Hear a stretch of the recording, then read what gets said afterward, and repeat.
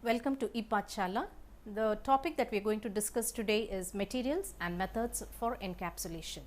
Encapsulation is a process to entrap active agents within a carrier material, and it is a useful tool to improve delivery of bioactive molecules and living cells into foods. Materials used for design of protective shell of encapsulates must be food grade, biodegradable and able to form a barrier between the internal phase and its surroundings. If you look at the success of the encapsulation process, it is often linked to know-how of the formulation or of the chemistry to achieve stabilization. You see, this is especially in the case of food industry, where the number of acceptable materials is very limited. Encapsulation may therefore be defined as a process to entrap one substance, which is called as the active agent, within another substance wall material.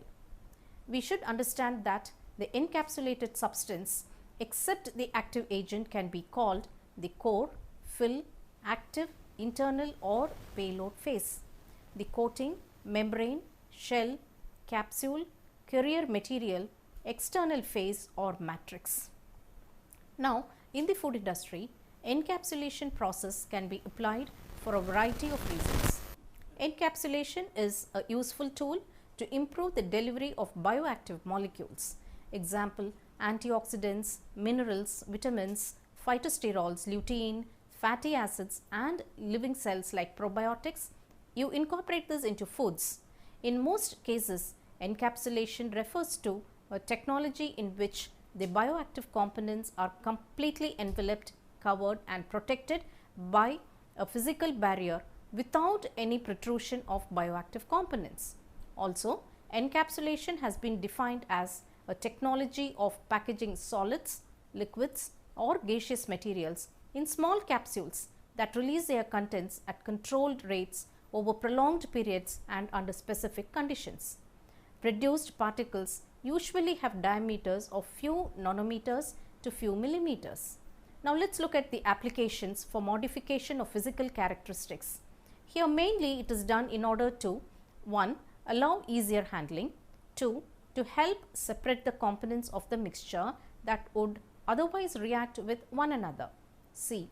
To provide an adequate concentration and uniform dispersion of the active reagent. Now is the time to look at the materials used for encapsulation. A lot of substances may be used to coat or encapsulate solids, liquids or gases of different types and different properties. However, regulations for food additives are more rigid than, for example, pharmaceuticals.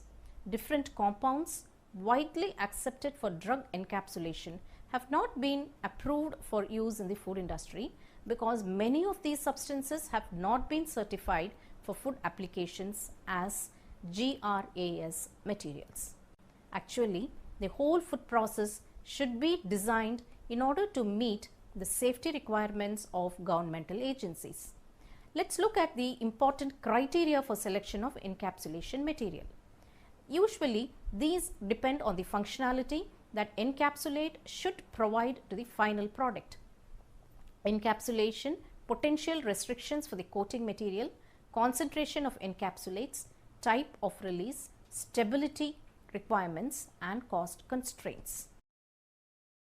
Materials used for design of protective shell of encapsulates must be food grade, biodegradable and able to form a barrier between the internal phase and its surroundings. The majority of materials therefore used for encapsulation in the food sector are biomolecules. Except to be natural, materials have to be providing maximal protection of the active material against environmental conditions to hold actives within capsule structure during processing or storage under various conditions. They should not react with the encapsulated material so that the good rheological characteristics at high concentrations are maintained and to have easy workability during the encapsulation.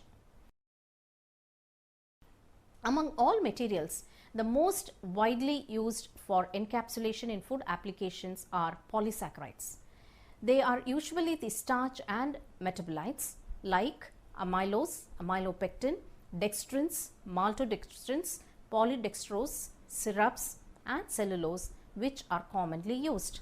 Now these come out from plant exudates and extracts like gum arabic, gum tragacanth, gum carria, mesquite gum, galactomannans, pectins and soluble soybean polysaccharides.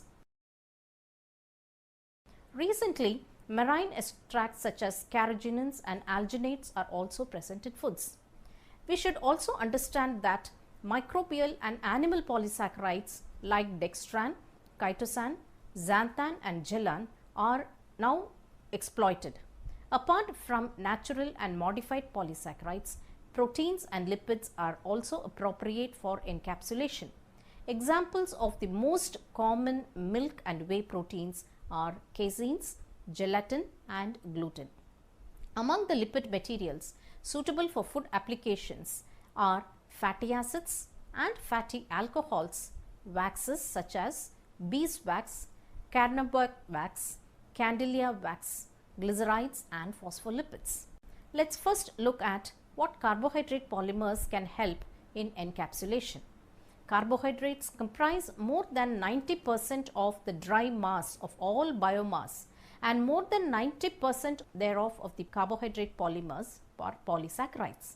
These natural homo and copolymers are composed of sugar residues and or their derivatives.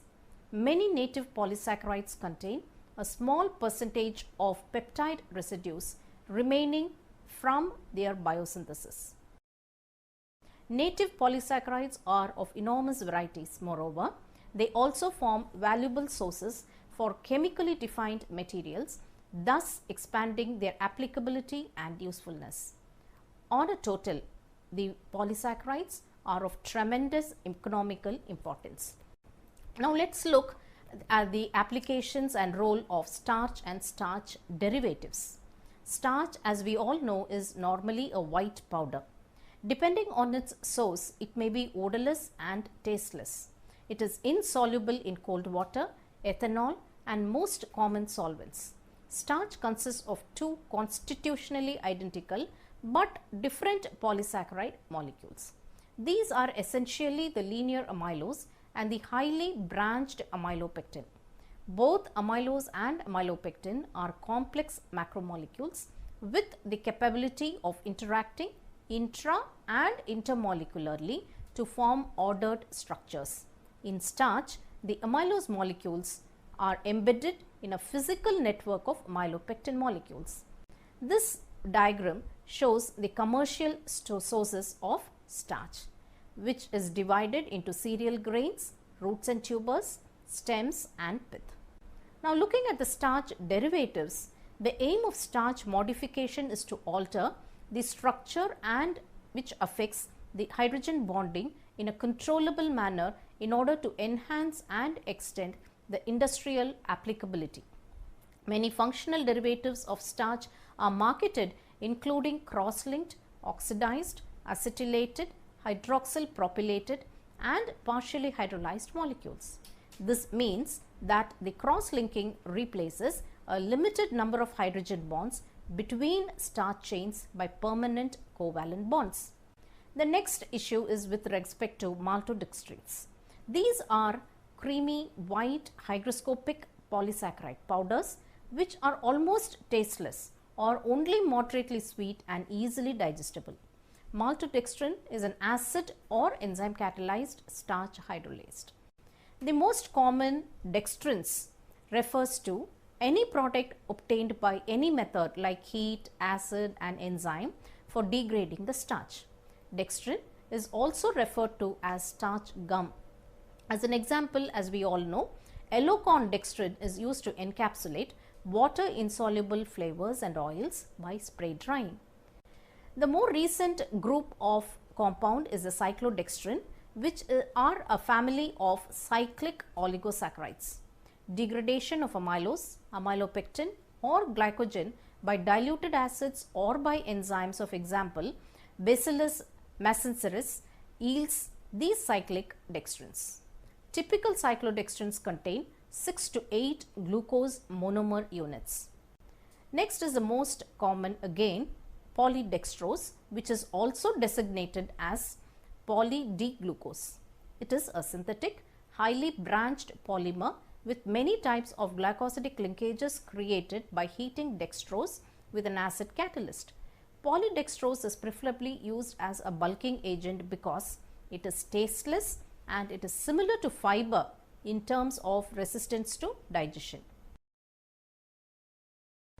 Modified starch and maltodextrin have therefore been used for coating and encapsulation by several technologies, including spray drying, fluidized bed spray drying, fluidized bed granulation, compacting, and most importantly, extrusion. Molecular inclusion is possible with cyclodextrins. Maltodextrins are cheaper than gum arabic and are therefore in some cases recommended as a partial substitute in encapsulation. Cellulose and cellulose derivatives are the next group of compounds that needs attention. Cellulose is a major structural material of plants. The primary cell wall of green plants is made up of cellulose. Wood is largely cellulose and cotton is almost pure cellulose. Other important natural sources are flax, hemp, jute and straw. Biochemically, cellulose is a polymer of beta-D-glucose. Due to the absence of side chains, cellulose molecules can arrange close together and form rigid structures. In contrast to starch, cellulose is much more crystalline. Whereas starch undergoes a crystalline to amorphous transition at 60 to 70 degrees in water, cellulose requires 320 degrees centigrade, which is high, to be amorphous in water. Looking at the derivatives of cellulose, the hydroxyl groups of cellulose can partially or completely react with various reagents to produce derivatives with properties desired and required for food applications.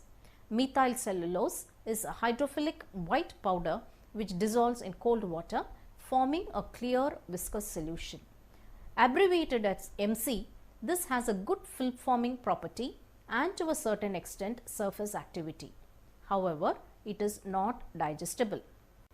Plant exudates and extracts comprise polysaccharide plant exudates and extracts, which are complex macromolecular substances.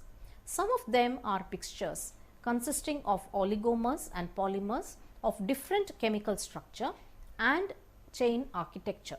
Several of the materials used for food encapsulation are products of guminosis and also therefore named plant gums in practice. Few plant species are cultivated at present to provide gums for the food industry. Most of them belong to the leguminoso family, which are the pulses. Some examples of plants with appropriate gum harvested thereof are listed below. Acacia senegal, which is gum arabic, astragalus species, which is gum tragacanth. We have another Stenoglobose, which is a gar gum, and a Ceratoni silica, which is a locust bean gum. Finally, we have marine extracts. Seaweed can be regarded as another almost unlimited source of different types of polysaccharides for many industrial applications. Some of them have been found to be useful for encapsulation in the food sector. Carrageenans are prepared from red seaweed, and seaweed selection, processing and blending of different extracts can control the variations of the carrageenan types. Alginate are generally produced from marine brown algae, although they may be synthesized as an exocellular material by a few bacteria. Microbial and animal polysaccharides. Polysaccharides produced biotechnology by bacteria are biopolymers with novel and partially unique functional properties. Examples which are interesting for food applications are xanthan, gellan and curdlan, though the WHO has at the present time certified the latter only for a few countries. Proteins are natural macromolecules composed of linear chains of amino acids. Of this, gluten proteins are strongly associated with baked products. However, the unique properties of wheat proteins have stimulated an interest in their use for other applications than traditional ones. It is likely that the range of proteins recovered from milk will extend in the future. Tailoring of milk protein products to meet specific functional requirements for individual applications will become increasingly important. Hence, the use of milk protein products in emerging technologies such as the manufacture of edible films and the micro-encapsulation of ingredients will benefit from further development. Gelatin. This is a heterogeneous mixture of single or multi-stranded polypeptides.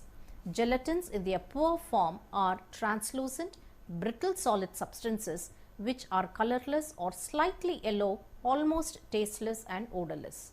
Gelatins melt when heated and solidify when cooled again. On warming to 35 to 40 degrees centigrade, the gels will once again dissolve.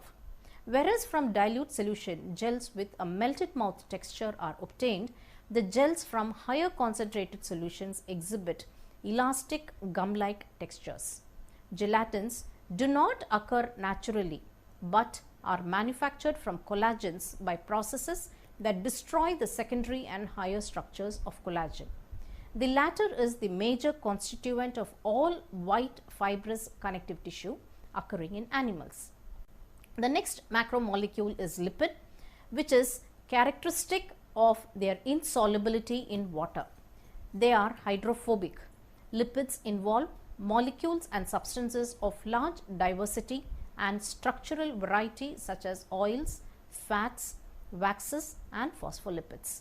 Triglyceride is the main constituent in animal fats and plant and vegetable oils. Most natural fats contain a mixture of different triglycerides. The commercial source of mono and diglyceride is the same as for triglycerides. After the macromolecules, the other components include polyvinyl pyrrolidine (PVP), which is a synthetic neutral polymer soluble in water and organic solvents. The good film forming ability makes it an excellent polymer for coatings, which requires good temperature stability. Paraffins is a white, odorless, tasteless, waxy material which is also available at food grade quality. Paraffin is edible but not digestible. Looking at inorganic materials, there are several food grade inorganic materials that have been described as being useful for coating or micro encapsulation in food applications. They can be utilized alone or in combination with other materials. They include tripolyphosphate, silicon oxides or aluminum oxides. Now, looking at the methods of encapsulation, there are a number of techniques which are currently available for encapsulation of food components. Drying is commonly preferred technique as most of the components are prepared in the liquid form. Techniques like spray drying, spray bed drying, fluid bed coating, spray chilling, spray cooling or melt injection are used to encapsulate active agents. Many encapsulation processes are based on making first droplets of the active, and these droplets are in gas or liquid phase via different physiochemical processes. There exist many classifications for encapsulation methods. The easiest classification may be based on the equipment needed to perform the encapsulation, which is shown in the following figure. The first one is spray drying, which is one of the oldest approaches for producing capsules. The small droplets are either cooled down or dried.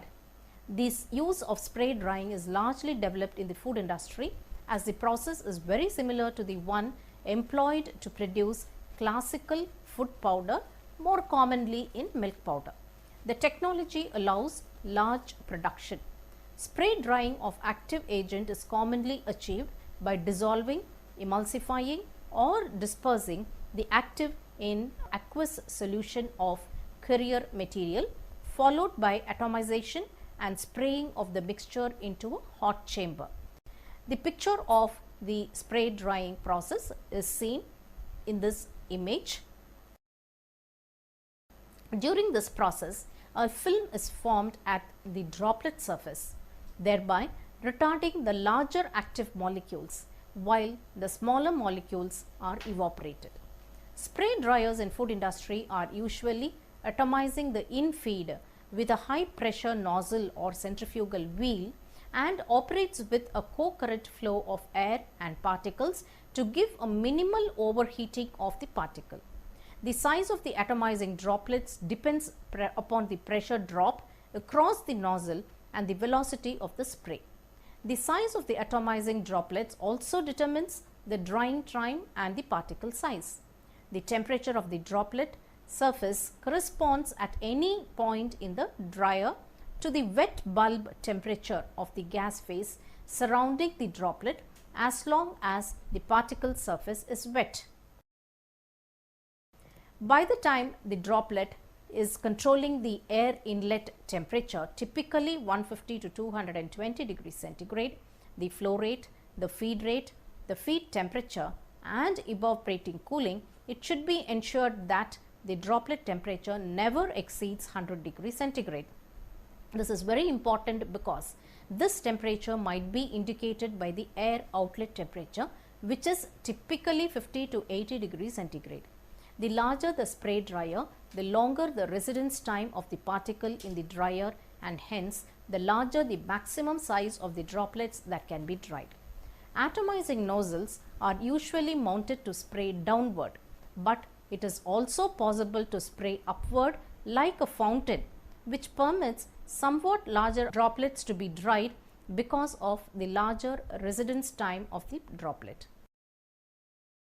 During the drying process, a film is formed at the droplet surface and the concentration of ingredients in the drying droplet increases.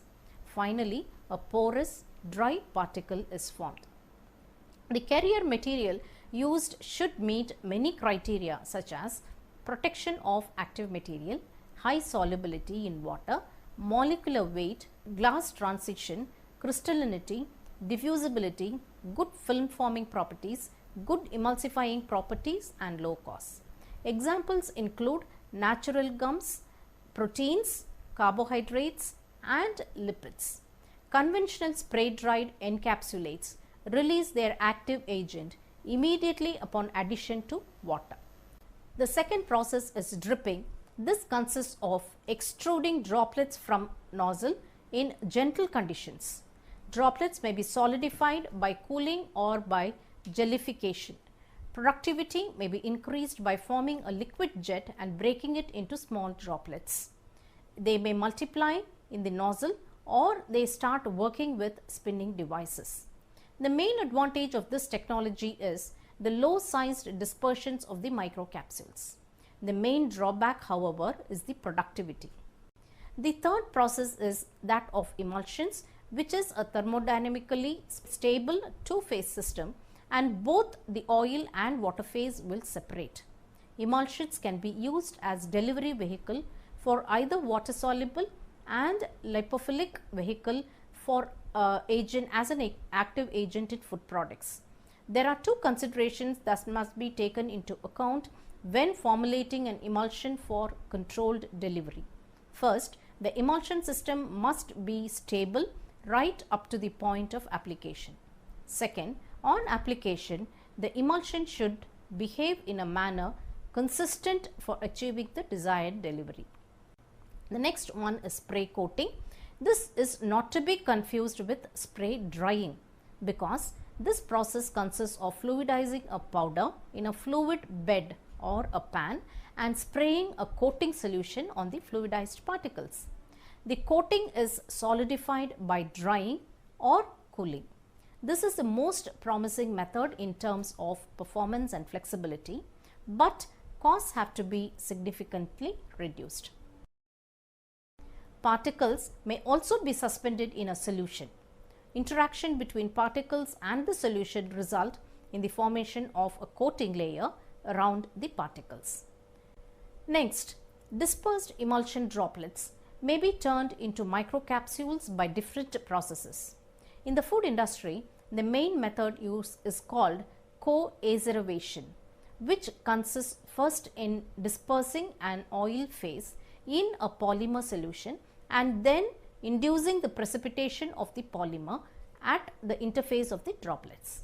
If the productivity is very good, this method has an important drawback, which is cross-linking with glutaraldehyde, a non-food grade molecule which is necessary most of the time to obtain stable microcapsules. Fluid bed coating is another encapsulation technique where a coating is applied onto powder particles in a batch processor or a continuous setup. The powder particles are suspended by an air stream at a specific temperature and sprayed with an atomized coating material. The coating material might be an aqueous solution of cellulose or starch derivatives, proteins and gums. Extrusion methods consist of dropping droplets of an aqueous solution of polymer and active into a gelling bath, which is some kind of a calcium chloride solution. The dripping tool can be simply a pipette, a syringe, a vibrating nozzle, a spraying nozzle, jet cutter or atomizing disc. Several constraints make the development of encapsulation process difficult. First, encapsulation is an extra cost which has to be minimized to be economically acceptable. This applies to the materials used to build the microcapsules, but also to the equipment or processing conditions. The number of food grade materials suitable to form microencapsulation is also very limited. Consequently, the food engineer has to play finely with the coating or membrane formulation to achieve appropriate and specific properties. Developing an encapsulated product remains a challenge requiring a multidisciplinary and integrated approach. Many encapsulation technologies currently exist, but many of them are still at the development stage. Once fully tested and validated, these new methods will undoubtedly broaden the spectrum of possible applications for this versatile technology.